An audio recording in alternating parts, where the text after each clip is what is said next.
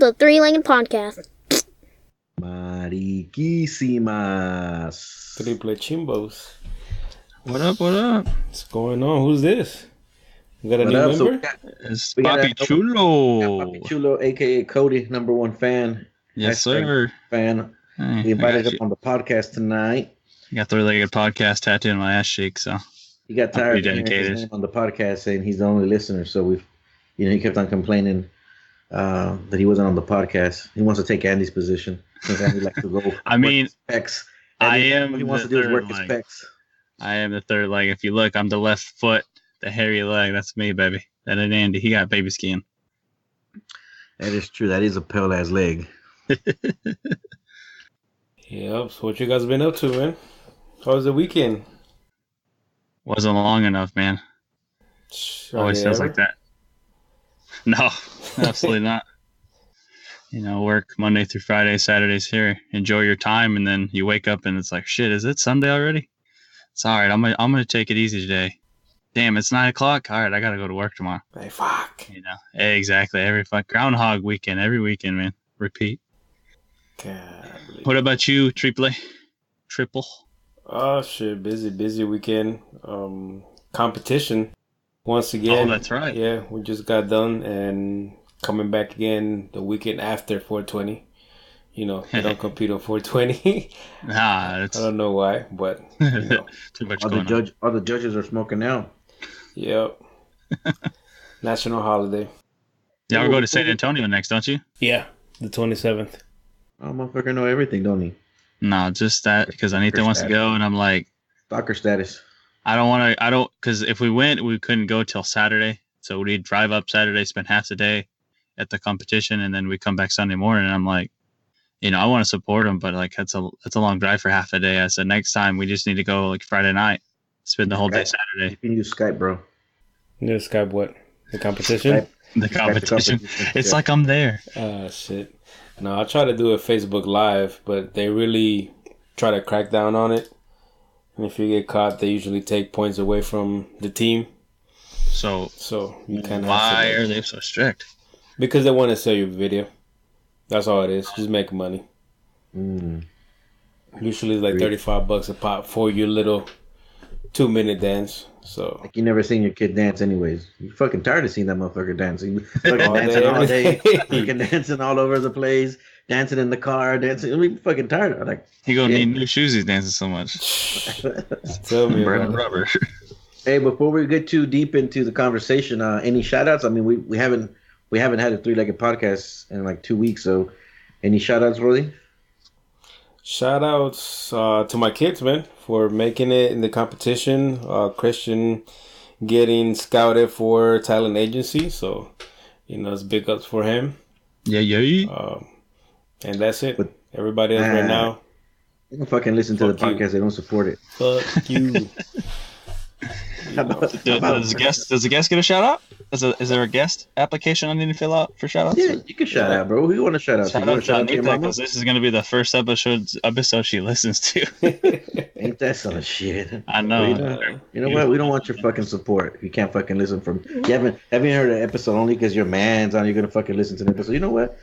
Go fuck yourself. Nice play. I love you. That's the only thing I'm allowed to say about her, though. She goes, "Don't talk about me." I said, "I'm not trying to get in trouble." We're gonna make the whole episode about your Shit, y'all ain't gonna hear nothing from me. I'm gonna shut the fuck up. interracial relationship. So I got some shout outs. You know, as you guys know, and anybody following on Instagram, I was in Chicago. Had a great time in Chicago. Met some really cool people out there. Met a gentleman named Tyree.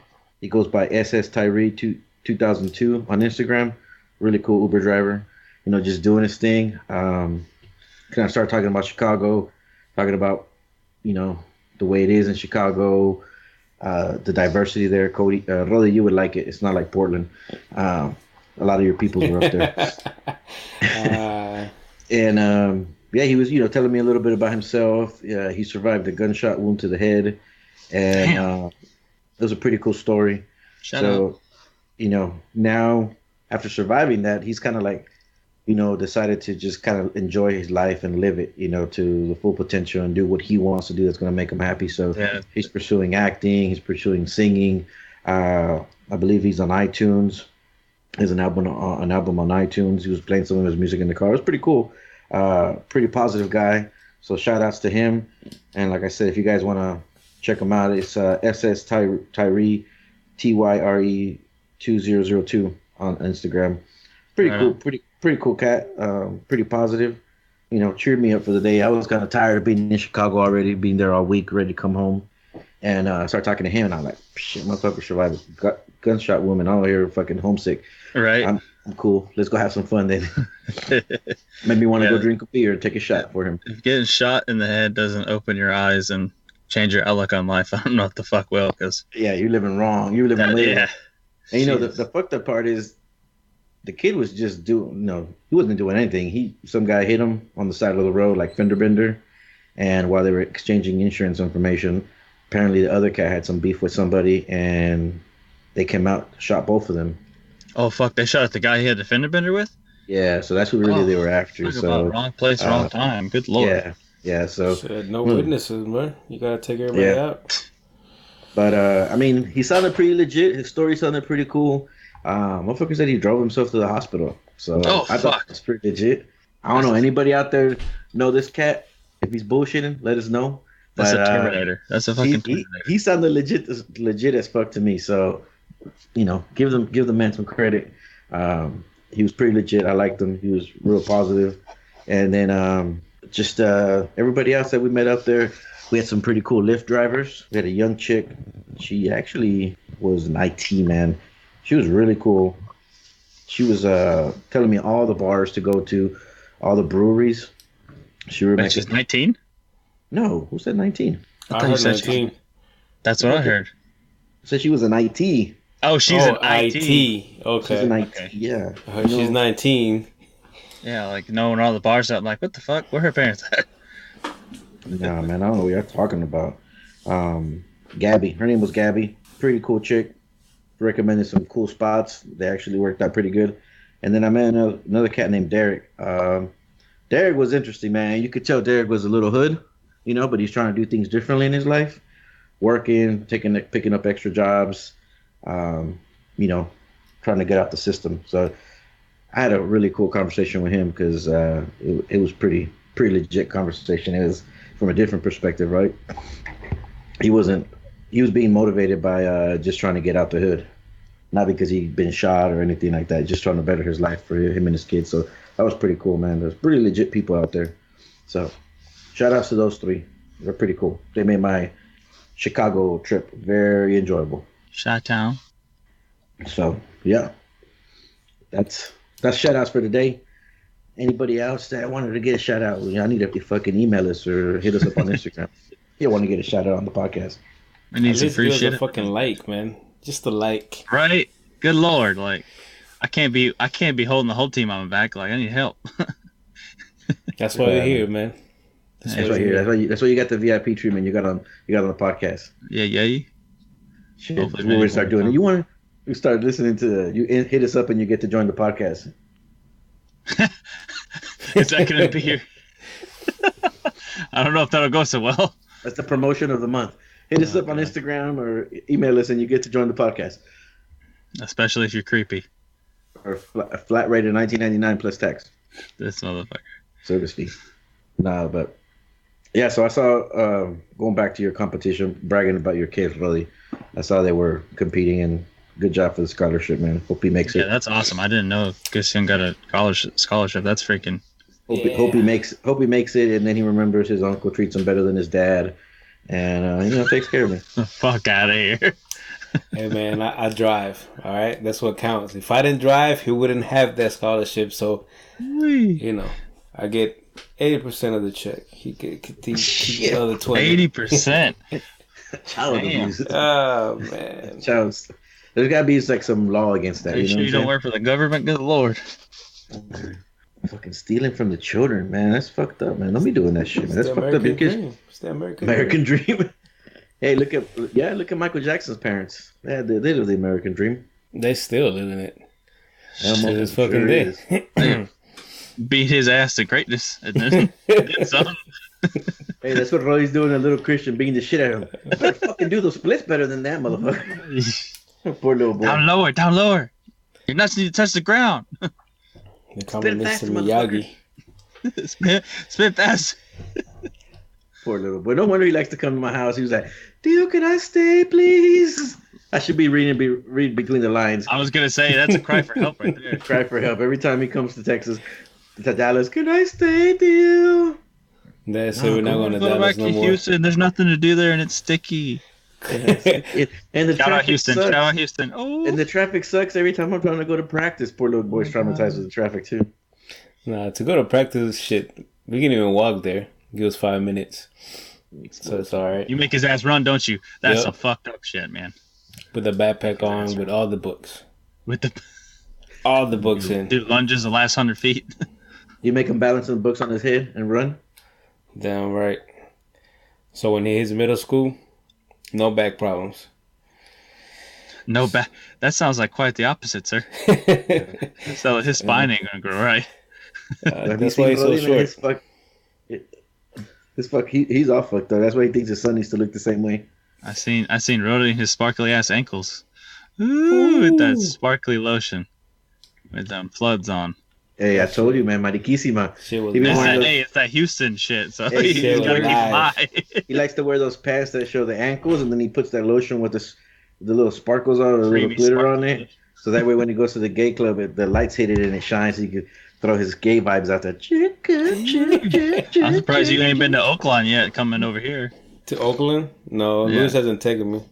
That's his territory. your boyfriend hadn't My taken you territory. yet. No, That's the my bear. territory, man. Don't fuck with my territory. The teddy That's bear, gummy, man. that's gummy bear territory. Don't fuck with. Ooh. Oh, that's gummy bear territory.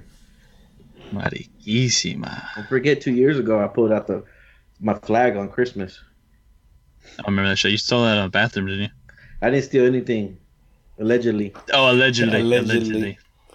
It had happened to fall off into your hands. You're right. My bad. It happened to fall on the dance floor onto my back, and I carried it into the restroom. And then I had to do something with it, so I just rolled it up, put it in my pocket. Next to your balls. Next to the balls.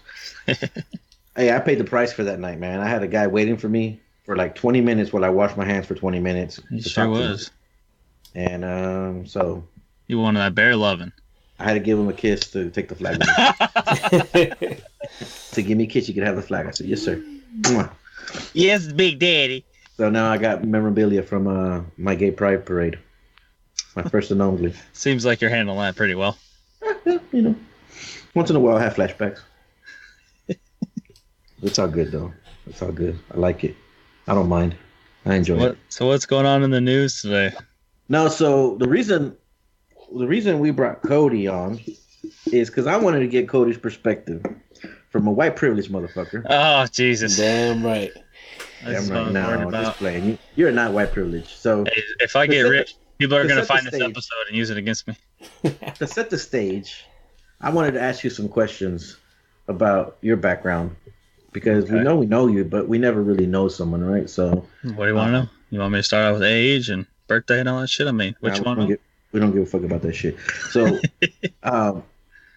as far as I know, you come from a from the outside perspective, you come from a very loving, successful, I would say, higher middle class family that's been together for a long time.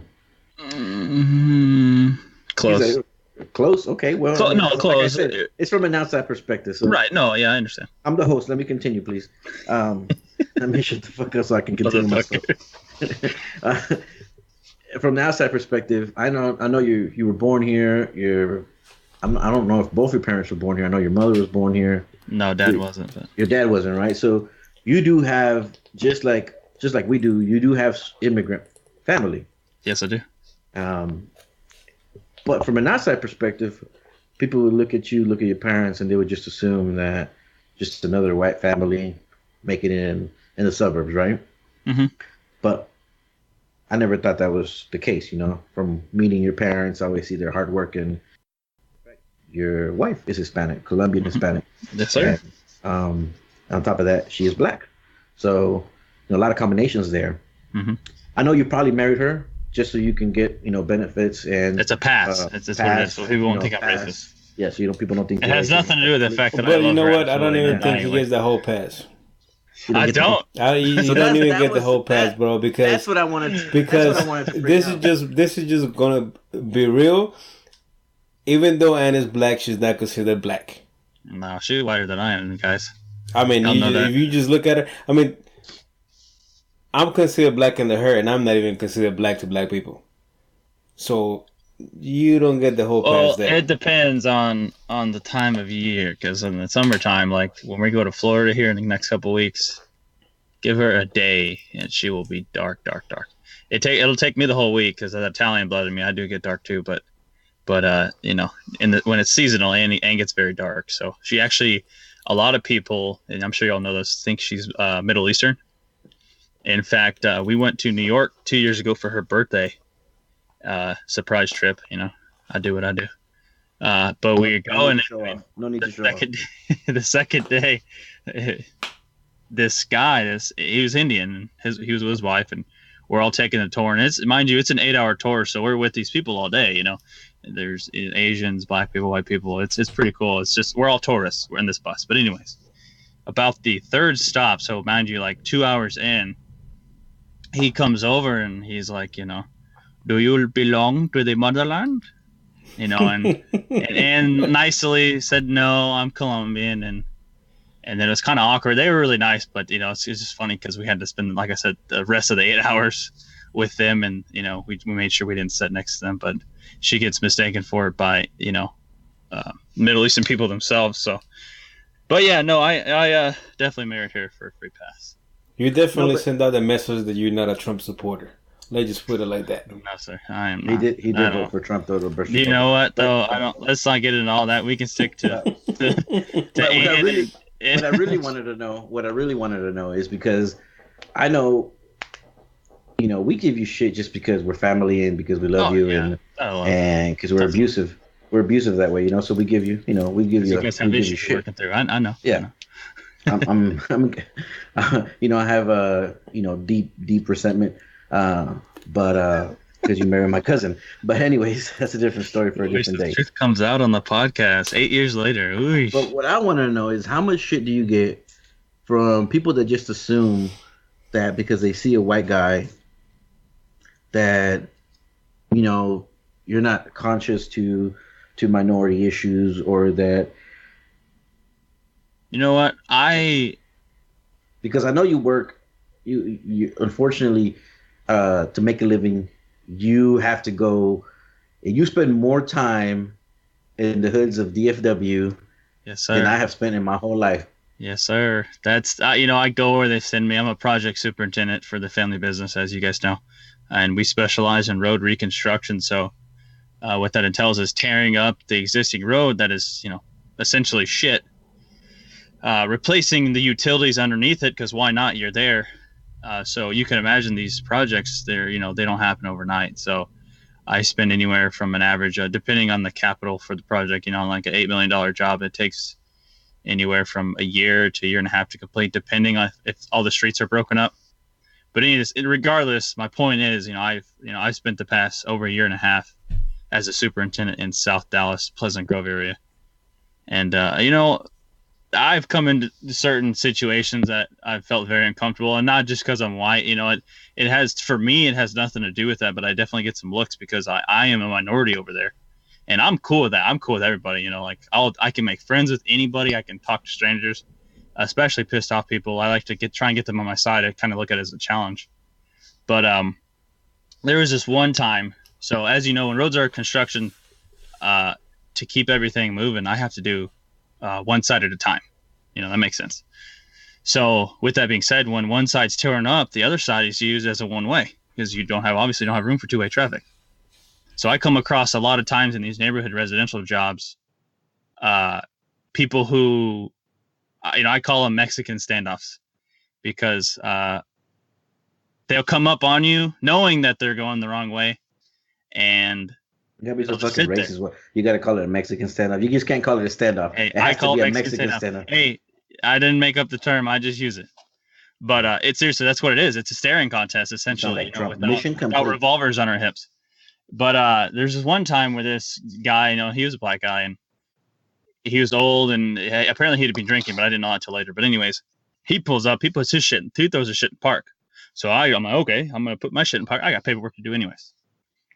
So I started doing my paperwork, and legitimately a good 15 minutes goes by. So there's cars stacking up behind me because he won't move out of the way.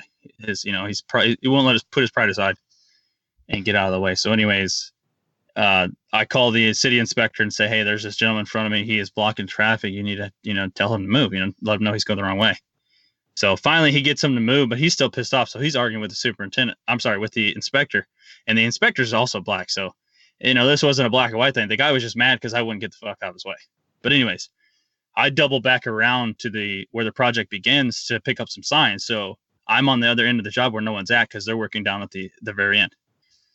Well, I'm bending over, grabbing stuff and put it in my truck, and I turn around and I bend down to grab something, and I pick it up, and as soon as I stand up, he had full in front of me, and because it's kind of on a side road, he gets out of his truck, starts walking towards me with his hand in his pocket.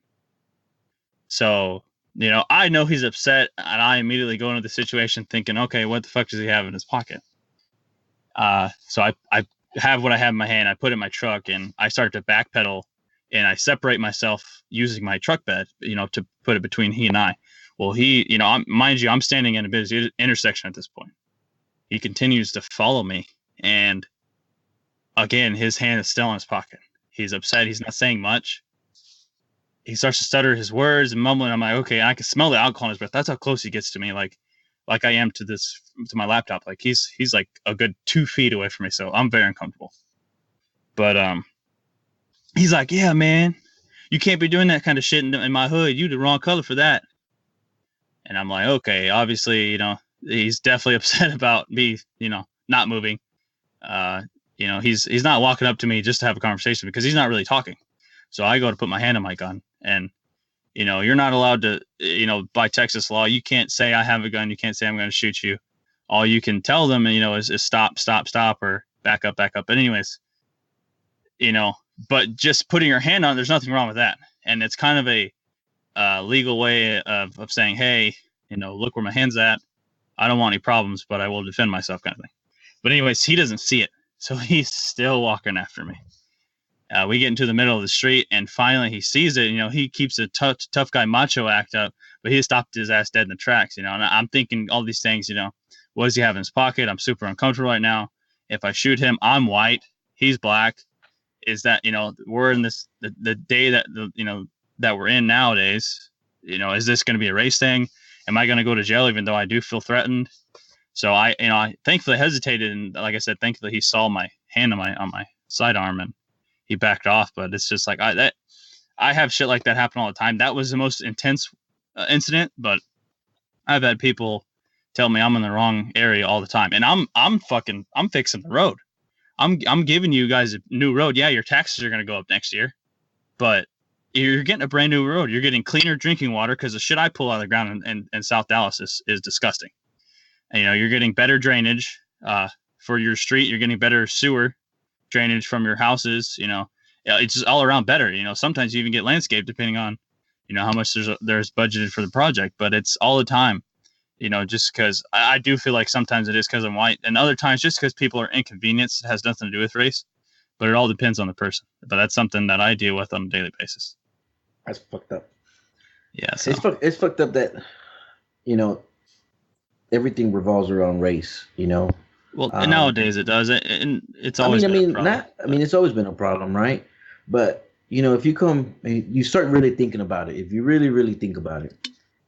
We use race as an excuse to cause a division, right? Because even if we're all brown or all white, the North against the South, the East against the West, I think it's just human nature to always feel like you have to have like your group that you're associated with, and everybody else outside that group is either with you or against you. And just naturally, we feel like we have to create these divisions.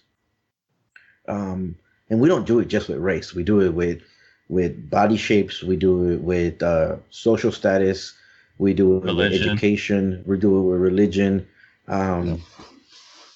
But at the end of the day, I mean, we're the ones causing these divisions, and Well, for the most part, I agree because we're on ground zero. We're on the ground floor. We can make the change. But for as far as government goes, and I don't like to get into the politics too much. I choose to be ignorant. I don't educate myself in it just because it's all crooked and upsets me.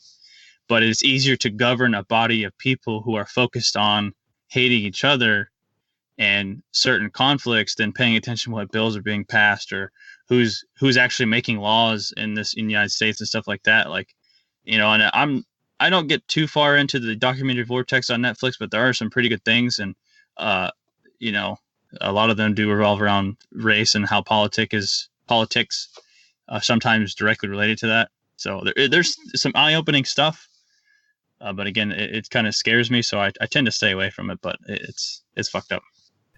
yeah, and the reason I started thinking about this is, we were going back and forth, messaging each other about the whole situation with the Starbucks, that happened yesterday or whatever. It's fucking stupid. Where, I mean, from what I read or what I saw, apparently two black customers were asked to leave because they hadn't made a purchase. Well, so yeah, they weren't considered customers. They weren't considered customers, I guess, at that point. And they refused because they were waiting for someone, or I guess I mean, I can only assume they refused because they were waiting for someone, and the police was called on them. And then, from the one video that I saw, it started right when I guess the friend showed up, asking why they were being arrested. But really, the whole conversation that made me start thinking about this wasn't even that situation. It was just that you and I were talking via message, and I felt like throughout the conversation, you kept on having, or you felt like you had to point out, like, that was just your opinion or whatever, almost because, almost, I almost feel because of all the experiences you've had being a white man, that sometimes your opinion is not valued just because you're not a minority. And even though that everything that you do around you revolves around minorities, you work with nothing but minorities, you're married to a minority, your family's a minority, you On one half, yeah. Pretty much. I mean, rednecks, that's a minority. So, yeah, I feel like I have to walk on eggshells, and that's honestly something subconsciously that I do. Yeah, and so I noticed that even though you were talking to me, and I say crazier shit than you, and I bullshit with you, I feel like you were walking on eggshells or texted me on eggshells, which really annoyed me. One, because I wanted to just talk to you, but then I had to take a step back and say, well, shit, if he's doing it, he probably doesn't even realize he's doing it. Or, you know what? Two, he's had so many situations where people accuse him of shit just because what they see is what they perceive. Fuck that. I would have accused him too. Because it was white. Just fucking with you. Motherfucker, see? Hey, you know what though? Now that I think about it. You're just mad because he's fucking your sister. No, but I mean, let's just look at it this way. White privilege, white privilege, white privilege. Like, I know he's joking, but he keeps fucking just white privilege. Like every answer I had was fucking. I started saying it because I noticed your responses were you were trying to be so politically correct, like you didn't want to say the wrong thing. So at that point, I figured, well, I was trying to have a serious conversation, and he's back, almost not backpedaling, but having to justify yourself. So at that point, I figure I was busy, so every response, it was easier to just copy and paste white privilege than it was to type anything else out. Really, what were you saying? Well, I mean, like you were saying, the whole racism thing. I mean, initially, just behavior learned. So until this new generation coming up just stops thinking that way, because I mean, for instance, at work, the chick that called the cops, she learned to be scared of minorities because maybe her parents put that into her. And the way I see it, me coming from that, I worked at Starbucks for about 1.5 years. I seen the same situation happen, but not a minority being on the board trying to get kicked out. It was a white person, a homeless white person to be at that. And when the cops got there, they just kind of told him to get out, and that was the end of it. That person stayed outside of the lobby on the outside patio, still chilling, doing what they were doing. So how much fire did the cops get for doing this? Because, the girl could have just called and said, hey, they're not buying anything. I want them out. Yeah. But to me, it's the force the cops put into it. Because, the guy can say, yeah, I don't want to leave. I might buy something. Did the barista approach him and say, hey, look, are you guys going to buy something? What's the issue? I can see her feeling unsafe, but, it was also daytime. Like, if they're going to rob the place, they would have robbed then. Me, personally, I would have just gave the cash register and said, hey, look, my life ain't worth the Starbucks. Because, they could easily fire me tomorrow. But Starbucks lost a whole bunch of money because of this whole situation. Well, and see, another thing in the article is, I don't mean to cut you off, but it's saying that it's company policy. That's kind of dropped in there every now and then. I've been to a Starbucks in New York, and that was actually, and I was telling Luis this too via messages, that was the only bathroom that Ann and I could find that was public, was a Starbucks. So don't tell me that, it's company policy. That's a store by store kind of thing. You know what I mean? So, okay. And like I also said to Luis, you know what? Sometimes people buy a coffee and a cookie and they sit there all day using the Wi-Fi in your bathroom. Yep. But a guy wants to come in, or two guys or whatever it was, want to come in and wait for their friend, but they don't want to buy anything. Now I know there's something in there about them using the restroom and wanting to use the restroom. But and like I said, I know it seemed like I was tiptoeing, but I was just stating kind of facts. We don't know what we weren't. None of us were there. The video comes on after he's arrested. Did he do something to deserve it? Or did he not? Was was it a white barista? I don't even know. I didn't watch the video because I'm out of data, so it wouldn't play. I was at work. Even if, let's just say, it wasn't a white barista, like, unless they change policies, it on the Starbucks rule doesn't say you gotta kick people out. It honestly says you have to please the customer. There's plenty of times that people have gotten like $10 worth of drinks because their $2 coffee was quote unquote wrong. So you become your own judge of what you want to do in your store by the time that you're running it. Now if that person wanted to be a dick and kick those people out, that's on them. But now they gotta live with the guilt that this shit escalated, or just because you didn't want them on your store. Yeah. It really is fucked up. But then again, it's like, when do we? And I just go back with the barista could get fired, but like, when do we really, really hold the police or the law enforcement accountable for their mistakes? Just because you see that white guy that was running around with a gun, he got tackled and arrested. Anybody else would have been shut down. If somebody's walking down the street talking crazy with a gun, are you really going to go tackle this person down? You're not. You can't say that, because you can only say that if you've seen the same police officer in different situations, or the same situation act differently towards different people. So the police officer that tackled someone could have been the same police officer that tackled another man that's doing the same thing. Yeah, I kind of agree with that. Like these experiments that people do. So you say the police, but each police officer individual. Each police officer has their own mind. They're all individual, but then the ones that have fucked up, how come they don't get the punishment that they deserve for it? Because you gotta show an example. Just like, that's another good point. If you messed up, that's a different point of view though. Like, that's a different subject. So you can't say one guy does something, he gets treated this way, and another guy does this, because it's not the same police officers committing the same atrocities, right? Or the same mistakes, whatever you want to consider. Some people call it mistakes, some people call it atrocities. Sometimes they're one of the same, or they're right in the middle. Okay. And that's the problem. We want to generalize everything. So going back to your point about Starbucks, for example. Now, is Starbucks at fault because one of their employees decided to call the police on customers? No.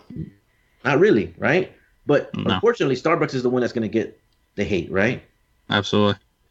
Right? They're going to get the hate. No matter what happens. Maybe, what if it was a black barista that made a mistake, or Hispanic barista that made a mistake, and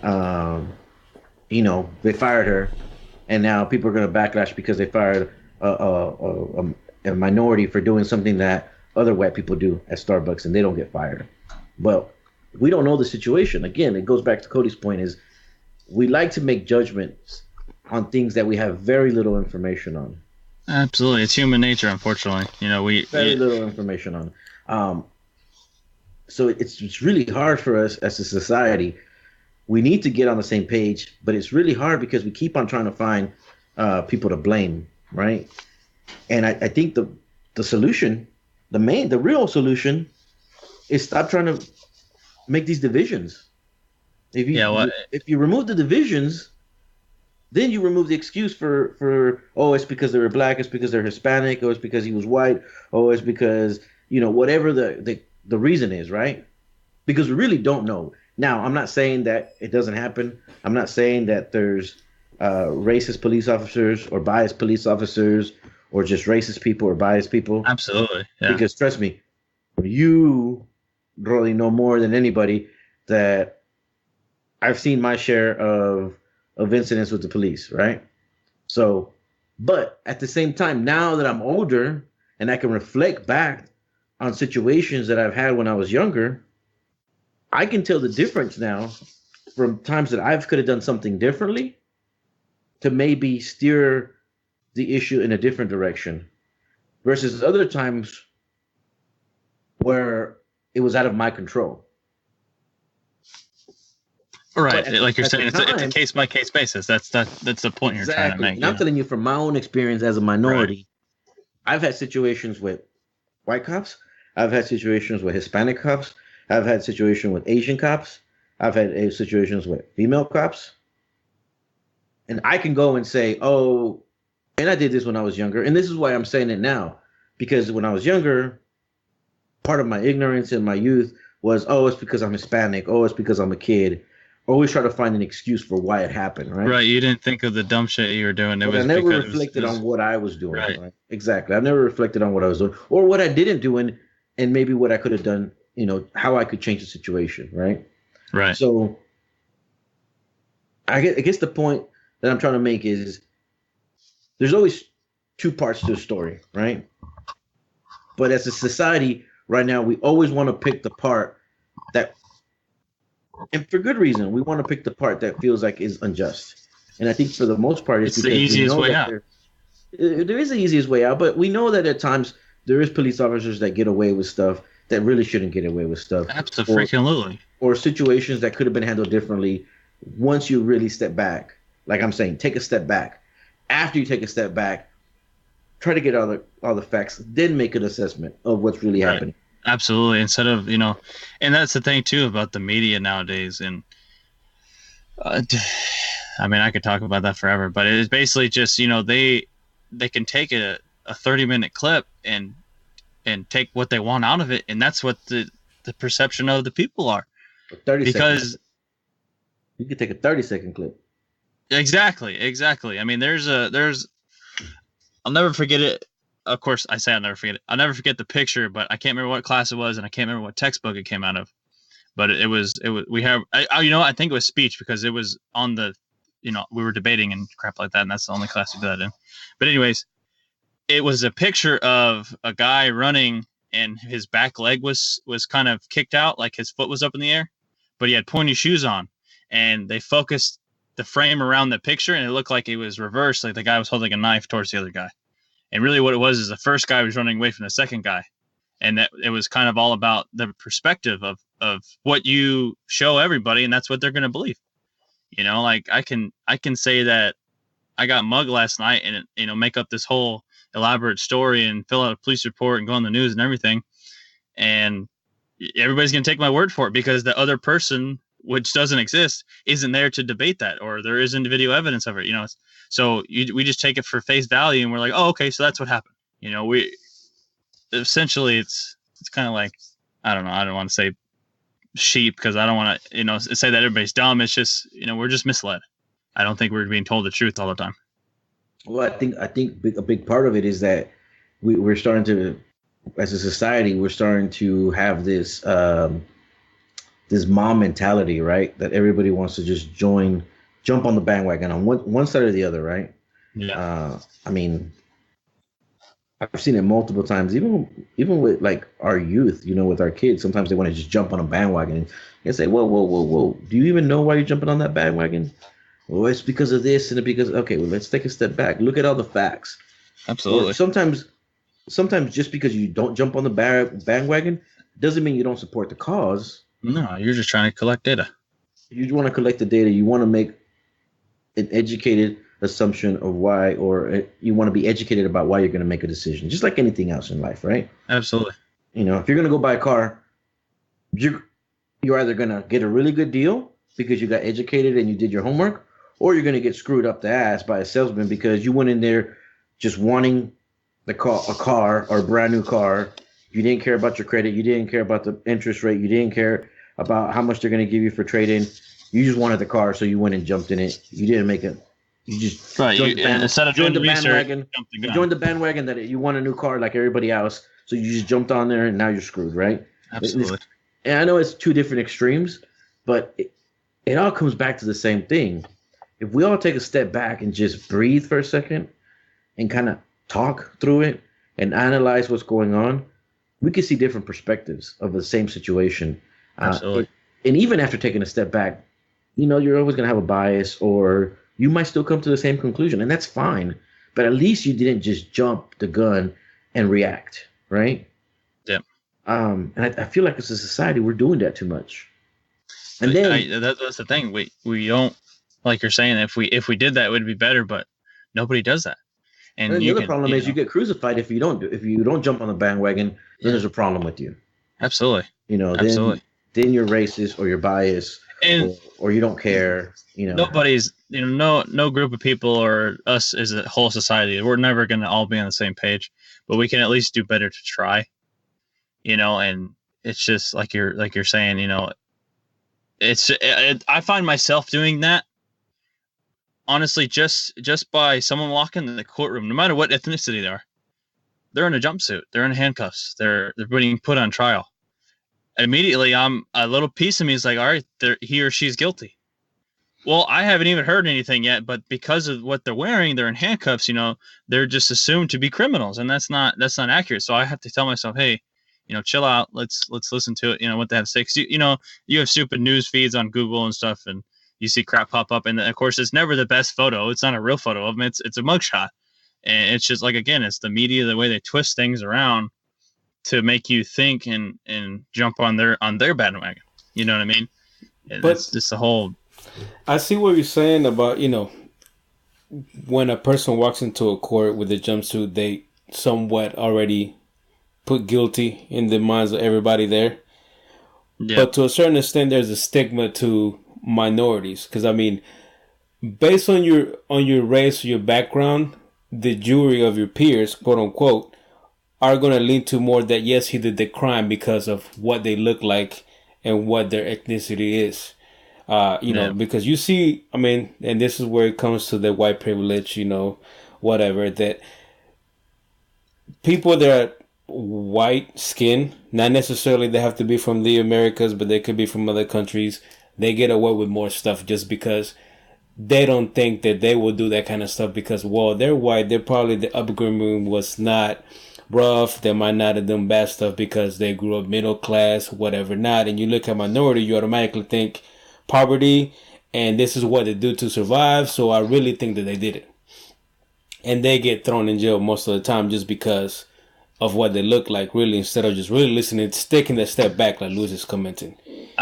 I'm sure that there are studies that show stuff like, supporting what you're saying, but I don't entirely agree with it. I'm not saying you're wrong.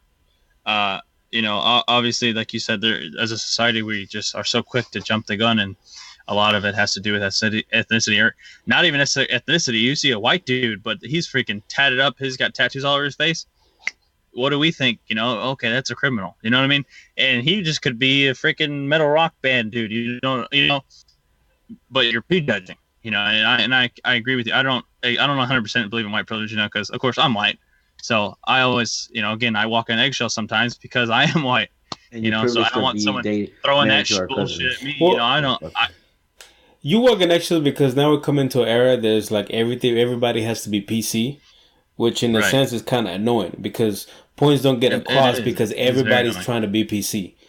It's like, why can I Yeah. say it this way because it might offend this person, it might offend this person, and nothing gets fixed at the end of the day. Just because we're really Because trying to we're cover afraid what of we're trying to say. That's just all it people who is. are butthurt, Yeah. you know, and that's all kinds of people, you know. And I'm not. There's no when I talk about race, there's no particular race that pops into my head. There's just not, you know, because like I told Luis earlier, I mean, we're all humans. We're all here to work and support our families, you know, the majority of us anyways. And, you know, it's just ridiculous that everything nowadays is about race. It's very frustrating, you know, because I just think that's unfair, you know. And of course, I know, you know, there's minorities thinking, oh, this white boy thinks it's unfair. He has no idea. You're right. I don't have any idea. But I don't, I don't know. I'm kind of sick of it because that's not who I am. I'm Cody. I'm everybody's buddy. I'm loose around people. I'm relaxed, and now I can't be like that. Especially if you're a minority and you're a stranger. You know, the first thing that honestly, I swear to God, that pops into my head is how can I not offend this person? And that pisses me off. It fucking absolutely pisses me off because I didn't used to be like that. Yeah. But you know, I want people to like me so bad, and it's honestly one of my biggest flaws. But that has gotten into my head because all the social media and the news and all that shit. You know, I walk into a gas station it's full of black people, and I'm like, oh shit, I, am I offending? Why is this guy staring at me like that? Am I offending him by being here? Should I leave? Should I go ahead and pay for my, put 20 on pump two? Like, what do I do? And that's not right, and it's not because I'm nervous. I just don't want to piss anybody off. It's like I said, I'm so worried about people liking me that I don't want anybody to get the wrong idea. But I get Bodo, I get some dirty looks, and I don't even fucking say nothing. And you know what? And I told Ann the other day, and this is bad, but I got to the point to where it's upset me so much, it's pissed me off so much that I don't hold doors for people no more. I don't say thank you. I try not to smile, even though it's a natural reaction when I make eye contact with people, because people in the hood they don't, they're hard all the time. They gotta be hard.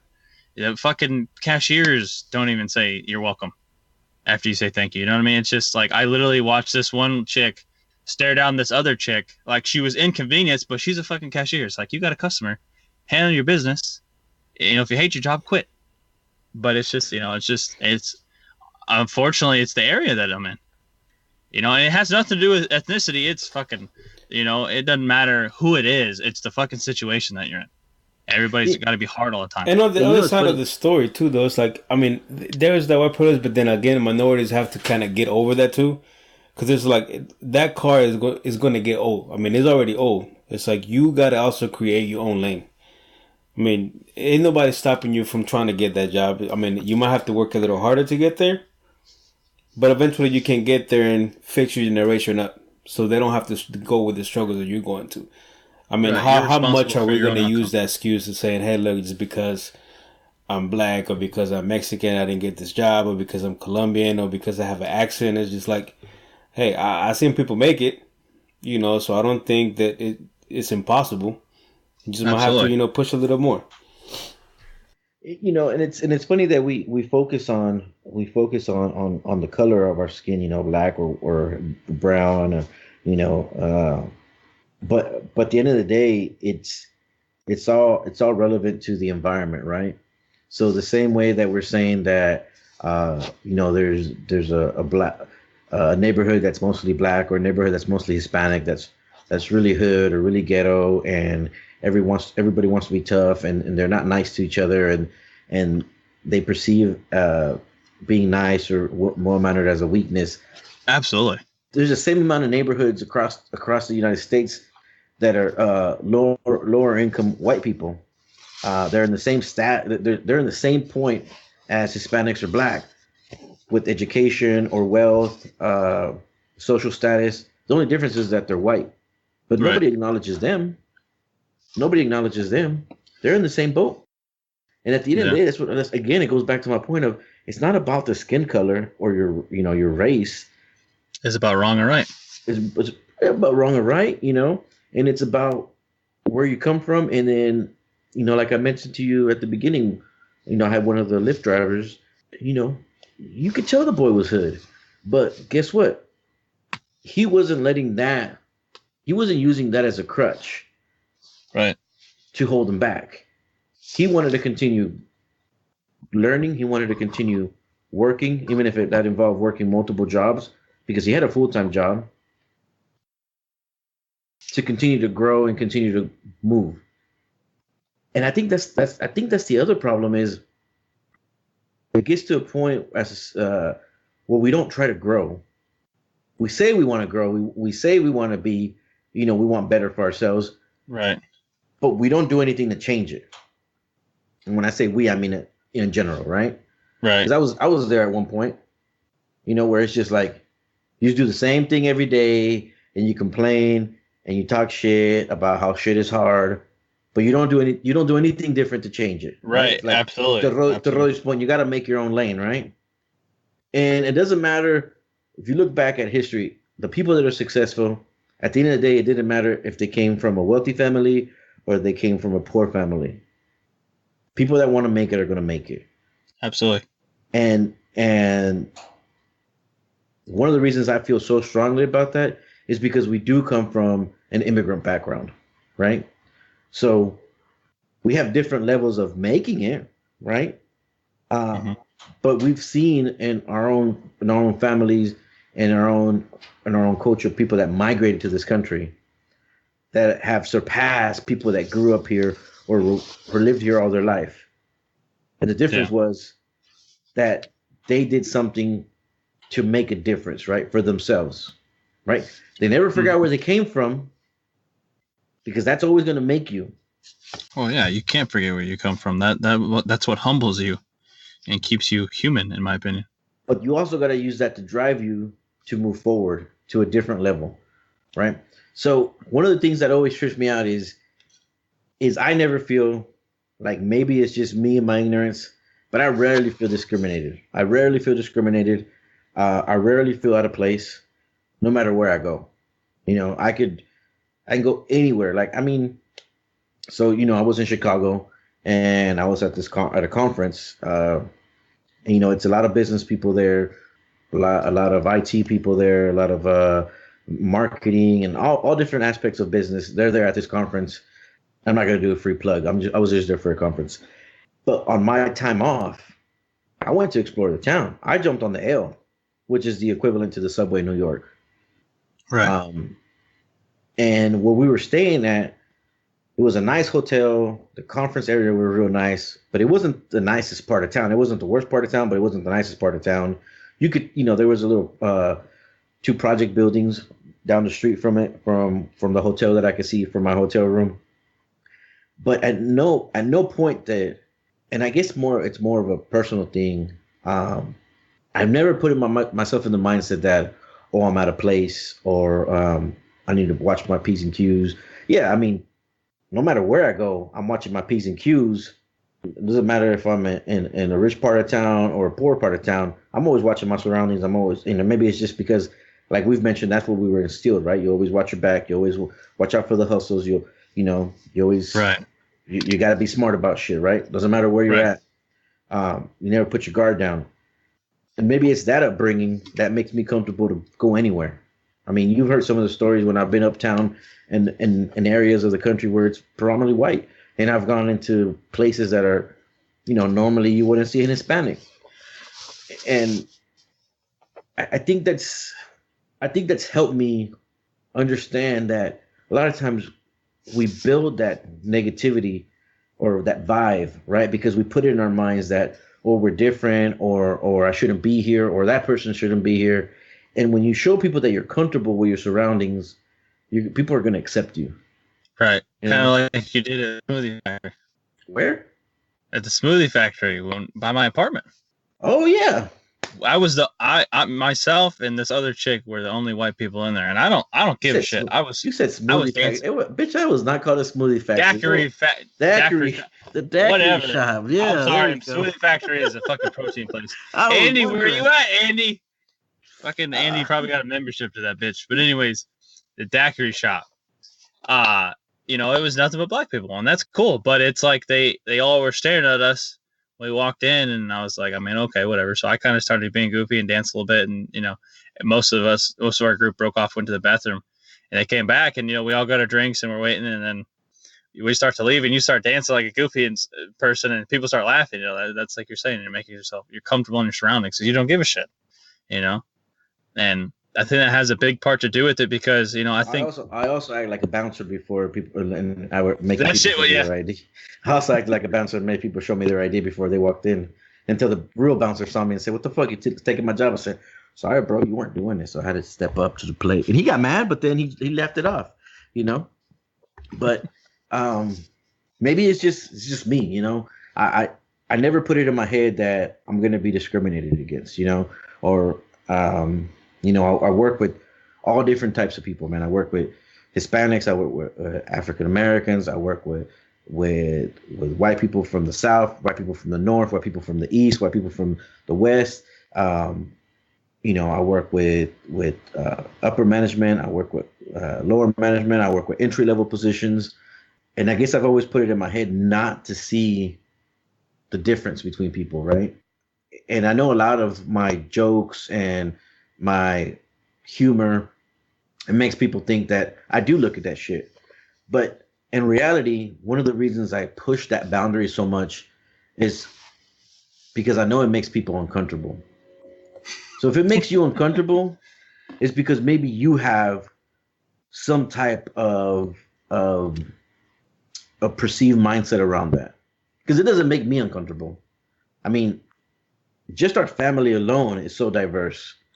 I mean, we got an Indian black guy, we got an Italian white guy, we got African American kids in the family, we got African American cousin, we got almost every. We're missing the Asian. Well, I mean, I guess you count as an Asian because you're Indian American, Indian black, Hispanic, Colombian.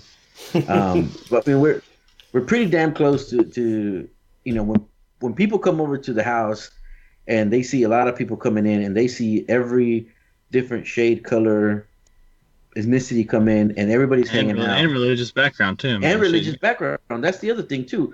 Then it shows me that at the end of the day, it doesn't really matter. Nope. It's all about what you perceive as negative or what you're going to make a big deal. You could have different beliefs, you could be different races, you could be different social statuses, and you can still be social, have a good time, understand each other.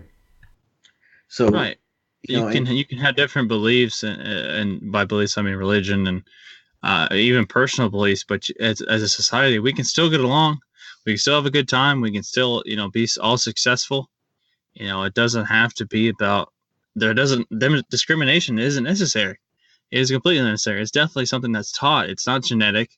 It's not in our schools' curriculums, at least that I know of.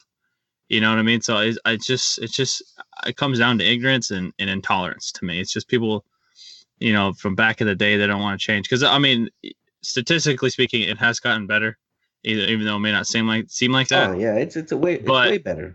It's still there's still problems, and it's still apparent. It's just for some stupid reason, it's taken a long time to weed out all that hate. Because again, hate is taught. It's not and at the end of the day, it's not going to change in our schools. It's not going to change in our churches, or it's not going to change in our politics.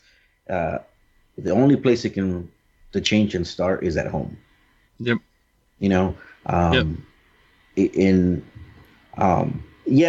I mean, it's real easy. It's real easy to say ignorant shit about race. Sometimes it's really fun to say ignorant shit about race. You know what I'm saying?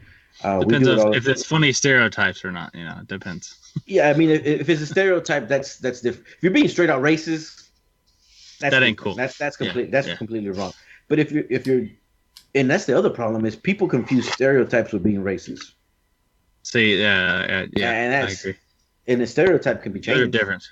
The stereotype is just because the majority of people do it. You know what I'm saying? You got stereotypes about black people, fat people, short people, bald people.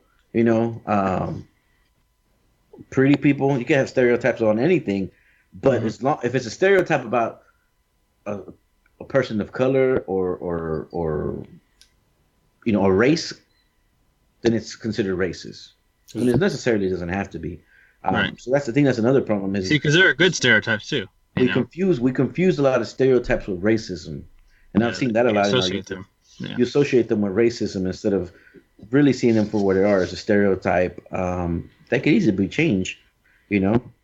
But I guess at the end of the day, what I'm really trying to say is it got to start at the house, right? It has Yeah. to start at the house. You have to be able to change yourself and then push that change towards your children and towards the people around you.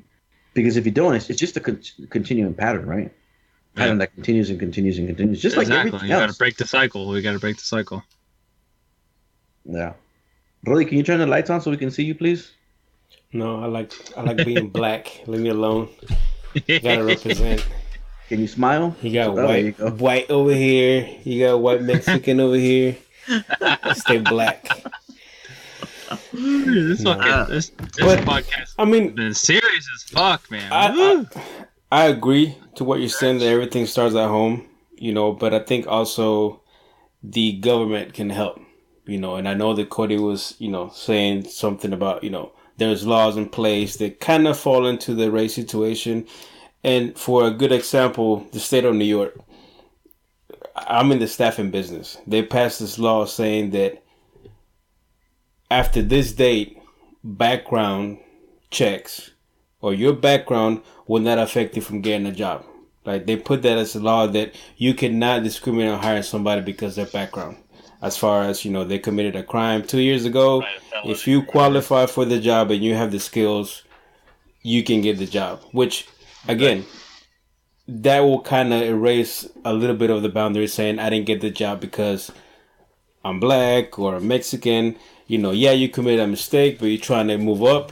And that will kind of teach whoever, their kids that, look, I was able to make it, so you trying to use this excuse because your background or because your ethnic race, whatever, Right. not, it's not going to be a crutch that you're going to use in the future because I made it, and that's where I think that the government can help out, to solve these issues, and just create a better system and a better place for everyone, not just that these people that are privileged in a way that they never got into trouble or they were able to get out. Time out. Yeah. Can you tell someone stop being so fucking disrespectful during our podcast? Get the fuck out. What he means to say is he loves you. Could you not make so much noise? All right, can she hear me? She can't hear me. Hey, she's gonna whoop your He has ass headphones after on. this is done. Okay. So He has headphones on. She can't hear me. yeah. So That's right. That's right. Hey, it fucking looked like she heard you. She looked right into the camera. But hey, you see, Rolly got scared. He's like, "Oh shit, she heard." I don't want. He didn't say Is what- shit. is He what- didn't No, tell I her.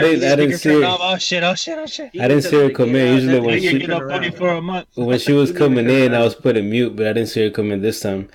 But in a way, that will help the system, and kind of erase the stigma in a way because you're gonna see more minorities get these jobs and kind of improve their lifestyle so their kids won't get into that and don't grow up with that mentality saying, hey, I never grew up to be anything because we were always put down.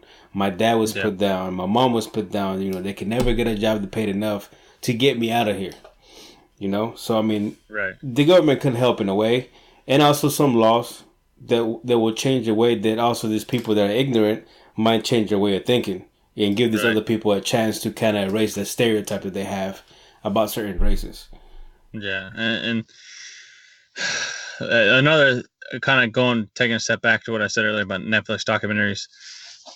I can't remember exactly what it's called, but me and Ann watched it a couple of days ago, and one of the things, it was mostly geared around, how Jim Crow is still kind of around just through loopholes in certain laws, like basically like slavery. And this isn't necessarily for black people; it's for pretty much all the whole prison system. That there is a loophole that as a human, you cannot, you can't be owned as property unless you're incarcerated. Then you're government property, basically, essentially. So you can be contracted out as hired labor through large companies like, freaking I can't remember who it was, but there's a large manufacturer that blew my mind. But their potato farms are 100% grown, cropped, and taken care of, like everything, by convicts. So essentially, you're getting free labor through the government. You're basically paying. I honestly, it didn't go into detail of who got paid what, but basically they're putting felons to work against their will because they're felons, so they don't have rights. So Man, it's shit like that. The judicial system, the prison system, man, that's a whole different topic, man. That's a worse topic than talking about race, because it don't matter what color you are, they fuck you in that motherfucker. Absolutely. That's just the rich. And that's just the rich stupid shit too. That's just the rich people making money, bro. I mean, absolutely, and that's another thing they went into as well. And I didn't know this, but ALEC, it's an abbreviation, and I don't give me the line. I can't remember what it stands for, but it's basically large corporations who are partnered with ALEC. They help with the government and ALEC. They combine and make laws about shit. I'm like, what the fuck? Why does a Fortune 500 company? What the fuck do they have to do with lawmaking? Why do they get a say on anything? And it all comes down to freaking money. But that's for another conversation. I feel like this whole thing's been a little serious. Don't you guys agree? Oh, you thought you were gonna come in here and joke around, talk about balls and ass, and yes, sir, Dick and Wiener. Dick and Wiener, yeah, right, bro. This is it's sorry. We'll be funny in the next podcast. This is a serious topic, bro. I mean, this is social issues that are affecting the world and our children, and America. You're not wrong, but we need to make it great again. Okay, we need to make it a great again, America. Don't even get me started. His quotes are on the documentary too, and they weren't even taken out of context. They were just all combined into like one long clip, and it's some of the shit he said. If it was the good old days, he would have got knocked out. I wish somebody would just crack him one. Like that fucking Cheeto motherfucker saying some shit. Hey man, during a rally, it's like, are you fucking kidding me? I like that. I like that slogan, "Make America Great Again," because it just reminds me of when I was little, man, and everything was cool in the '80s. Everything was cool, man. I had Nintendo, we had HBO on a cable box that was rigged, and we didn't have to have Fire Sticks. Allegedly. The Chuck E. Cheese all the time. Man, the 80s and Colombians, man, it was popping for Colombians in the 80s. See, when the Italians came over, Pablo for president. Pablo for president.